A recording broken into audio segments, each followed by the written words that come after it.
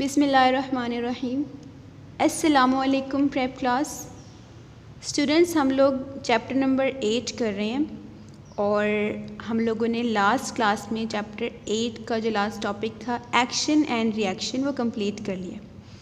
सो आज हम करने वाले हैं चैप्टर नंबर 8 की एक्सरसाइज। ठीक है, आज इंशाल्लाह हम चैप्टर 8 को कंप्लीट कर लेंगे विद एक्सरसाइज। और चैप्टर नंबर 8 का जो हम पेज नंबर करेंगे आज वो है 108। इसका क्वेश्चन 1 करना है और पेज 110 इसका क्वेश्चन नंबर हम 4 करेंगे। ठीक है, so be ready for it and take out your science books. और आप लोगों ने पेज 108 ओपन करना है। स्टूडेंट्स, मैंने पेज 108 ओपन कर लिया है।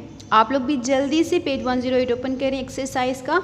और अभी हम इसका क्वेश्चन 1 करने वाले हैं, तो फोकस करें इधर और सब फिंगर रखें और मेरे साथ क्वेश्चन को रीड भी करें। Fill in the blanks with the correct answer. आपके पास उसी तरह से ऑप्शंस हैं, यहाँ पर 2 ऑप्शंस और इन दोनों में से एक सही है और उसी को हम टिक करेंगे और यहाँ पर लिखेंगे भी। ठीक है, so let's start from the very first statement. Push or pull is called dash. Push और pull कहते किसको हैं? मोशन को कहते हैं या फोर्स को? वेरी गुड, पुश और पुल इज कॉल्ड फोर्स। ठीक है, फोर्स का मतलब है कि हम चीज़ों को पुश करते हैं या अपनी तरफ पुल करते हैं। तो right answer is the force. Okay, first statement is done. Move to the next one.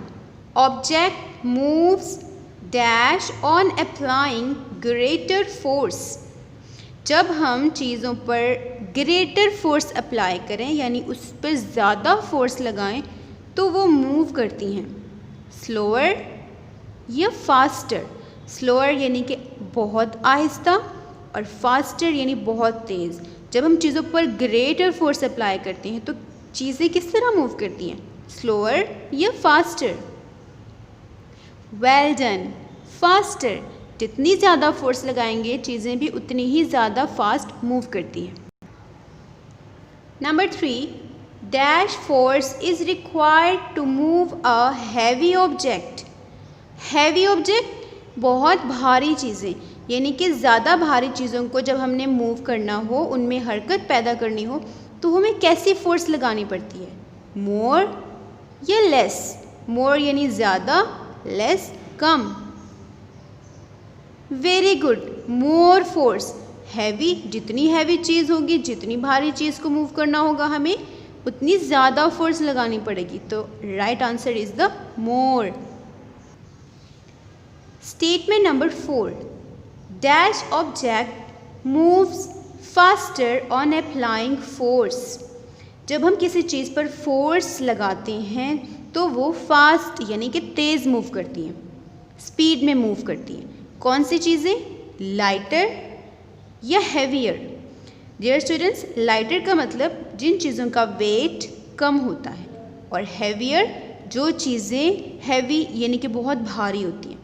तो अब आप मुझे ये बताएं कि लाइटर ऑब्जेक्ट्स फास्ट मूव करेंगे या हैवियर? वेरी गुड, लाइटर, क्योंकि चीज़ जितनी ज़्यादा लाइट और हल्की होगी उसे हम उतनी ज़्यादा फास्ट स्पीड में मूव करवा सकते हैं। Statement number 5, dash force is required to stop the fast moving objects. जब आपने किसी फास्ट मूव करती हुई चीज़ को स्टॉप करना हो तो किस तरह की फ़ोर्स की ज़रूरत होती है?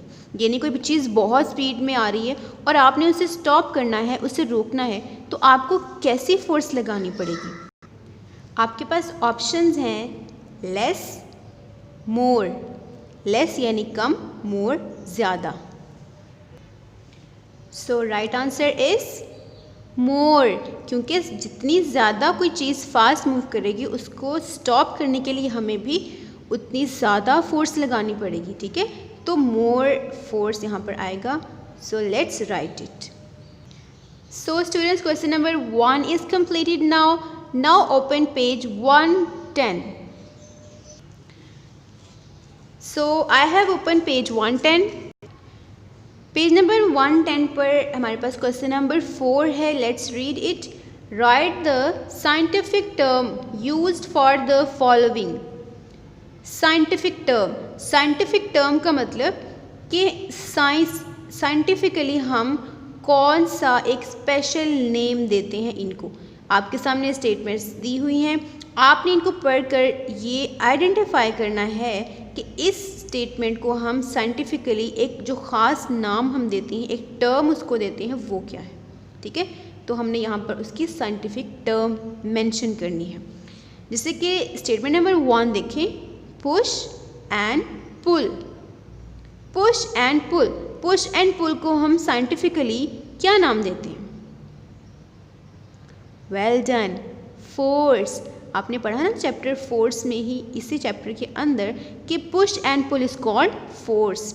तो पुश एंड पुल का जो साइंटिफिक टर्म है वो है फोर्स. तो यहाँ पर हम फोर्स राइट करेंगे इस तरह से. ठीक है, FORCE, फोर्स. स्टेटमेंट नंबर 2 देखते हैं. Force produced as a result of an action. जब एक्शन हो तो एक्शन के नतीजे में जो एक दूसरी फोर्स प्रोड्यूस होती है, जो दूसरी फोर्स पैदा होती है एक्शन के बाद, उसको क्या कहते हैं? Very good, reaction. आपने पढ़ा ना कि एक्शन का एक रिएक्शन होता है, तो हर एक्शन के बाद एक रिएक्शन होता है. सो यहाँ पर हम रिएक्शन लिखेंगे. ठीक है, रिएक्शन मैंने लिख लिया है, REACTION, reaction. Now let's move to the third statement. Push on the ball towards the wall. जब आप किसी दीवार पर एक बॉल मारते हैं, एक बॉल पुश करते हैं, एक बॉल फेंकते हैं, तो वो आपका क्या है? Very good, action. क्योंकि आपने बॉल को पुश किया तो वो पहली फोर्स थी, इसीलिए वो क्या है? एक्शन.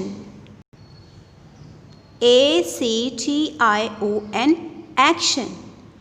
तो ये आज का हमारा वर्क था. हमारा चैप्टर नंबर 8 एक्सरसाइज के साथ अब कंप्लीट हो चुका है, और आई होप कि आपने मेरे साथ इस वर्क को कर लिया होगा. कर लिया है ना? Very good. तो आज की जो आपकी डायरी है वो एक दफ़ा देख लें कि आपने अब क्या करना है. तो अपनी डायरी नोट कर लें. आपकी डायरी है कि आपने जो आज वर्क किया है ना, पेज 108 और पेज 110 पर, उसको अच्छे से लर्न करना है, याद करना है. ठीक है, ये आपका आज का वर्क है. इंशाल्लाह we will start our next chapter number 9 in the next class. अस्सलामु अलैकुम.